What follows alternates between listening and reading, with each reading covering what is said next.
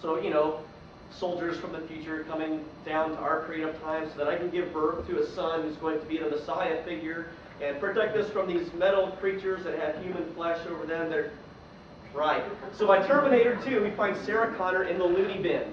Her son is a preteen, and he just kind of runs the streets doing his own thing. And so she is released from the loony bin by none other than Arnold Schwarzenegger, who's actually sent back to protect John Connor. So in Terminator 2, they spend the entire time running from the Terminator and trying to expose Skynet and Cyberdyne systems, because these are the systems that will create the Terminators in the future. The Sarah Connor Chronicles is the show that's been on TV on Monday nights. It takes place between Terminator 2 and Terminator 3. It's all about Sarah Connor and John Connor with Cameron. Cameron is a machine sent back from the future. She is indeed a Terminatrix.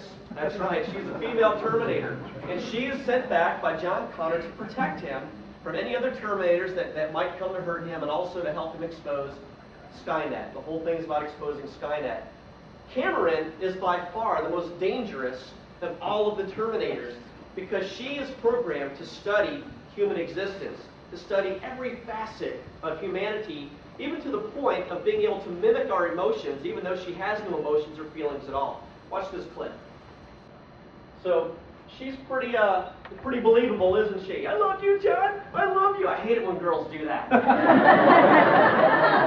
It just throws everything off. Everything you're trying to do, that whole I love you thing. Did you see John kind of pause for a minute there? He had to remove her chip because she had a real bad day. We'll talk about that later. So in Terminator 3, the Terminator, Arnold Schwarzenegger, is back. The whole purpose of Terminator 3, you find out at the end, is to get John Connor and Kate, who will become Kate Connor later on, into a bunker, because at the end of Terminator 3, Judgment Day happens, the nuclear bombs go off, destroy the Earth, and the human beings are almost completely annihilated. It's after this, and 10 years later, that Terminator 4 takes place. In Terminator 4, we find a more mature John Connor. He has spent his entire life learning how to run, and now he spent his adult years learning military tactics and learning how to lead this resistance against the machines. It's actually a resistance movement that's based out of California. Of course, if the whole human race is going to go bad, it's going to start in California, right?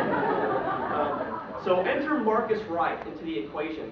The last thing Marcus Wright remembered before he awoke in this post-apocalyptic world was that he was on death row and receiving the lethal injection because of some really bad things that he had done. But before he received the lethal injection, a lawyer came in from Cyberdyne Systems and had him sign his body over to science. And then he wakes up in this post-apocalyptic world, and strange things begin to happen in his world. Marcus Wright is actually a Terminator. They've used his body. He's part man. He has the brain of a human with a microchip. He has the body of a human surrounded by a metal chassis, a real human heart, real human lungs, except that he is a machine. The problem is he doesn't realize this until about halfway through the movie. He thinks he's just a human, and he's got these extra abilities that he really doesn't understand. What happens is he runs into a woman named Blair Williams, whose A-10 Warthog is shot down. He helps her, they walk around, have a couple of adventures, and then she decides that he's a good enough man that she's going to lead him into the resistance compound. Well, to get to the resistance compound, you have to walk through a minefield. Well, if you're a human, no problems, because they're not pressure mines. You don't step on them and they go off. They're magnetic mines. So if these machines walk through the minefield, the magnet sticks to their legs or whatever, and they blow up. Well, guess what? He's got metal legs. So guess what? He gets blown up. So he's taken to the infirmary, and that's when they find out that he's not quite what he appeared to be at first. Watch this. Ouch. That's going to leave a mark. Well, they find out that he's a Terminator. They find out that he has metal and that he may have infiltrated the compound for the purpose of killing John Connor. Now, what do we humans do when we find out that somebody is different from us? What do? We separate ourselves from them, right? And we separate them from us, and this is called segregation. You know, I discovered something about myself after I saw this movie. Because you come to find out that Marcus Wright really has no ill feelings or no ill motives towards John Connor. But John Connor does all of these things towards Marcus Wright, treating him like he's an enemy. And it made me start wondering if there were periods of time in my life when I chose not to become friends with people, or I chose not to give people the time of day, because I perceive that they may have had some ill feelings towards me, whether or not they actually had ill intentions toward me. Have you ever treated somebody like an enemy who wasn't an enemy? Anybody here relate with that? You know what human beings are? Human beings are homogeneous. That means that like tends to colonize with like. And you know, the world has become racially integrated. America has done this racial integration thing for about 50 years. And, you know, in a large part, racial integration really works in America. But in all reality, like still tends to colonize with like. It's almost as though we were wired to be homogenous, and we can't even help it, and trying not to be homogenous is just going against our DNA. It's like it's going against the grain, and nobody can do a thing about it. The problem is, with homogeneity comes prejudice. People fear what they don't understand. And that's what happens in this movie. An enemy is perceived as an enemy, even though this enemy had no ill intentions at all.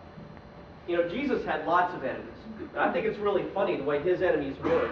What Jesus was doing is he was showing everybody kindness. But the religious people are like, why is he showing kindness to those people?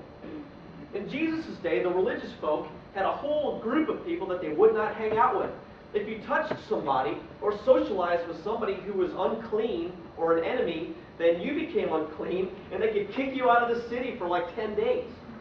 You know, if you saw a naked person, that naked person was unclean, you don't touch him. If that person was sick or had any kind of illness, you couldn't touch them, you become unclean. You certainly didn't hang out with those people over there, they're the enemy. If you do, you become unclean and boom, we kick you out of the city for 10 days.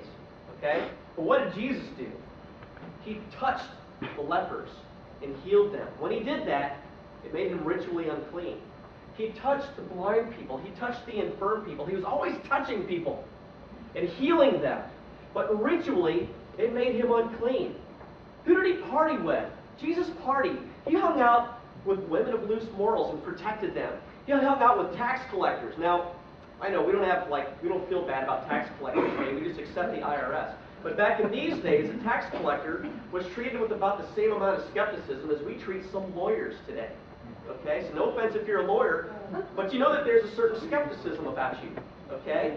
In this world, back then, you would be like a tax collector. Sorry. That's reality. There were a whole race of people that nobody could hang out with, but Jesus did. He did. And that's why he had enemies. You know, some people call Christianity the great reversal. It's kind of like a religion that walks backwards and does everything backwards. Because everything they were told not to do, Jesus did. And Jesus showed a whole lot of love to people who a lot of people wouldn't show a whole lot of love to. In fact, Jesus actually told us to love our neighbors.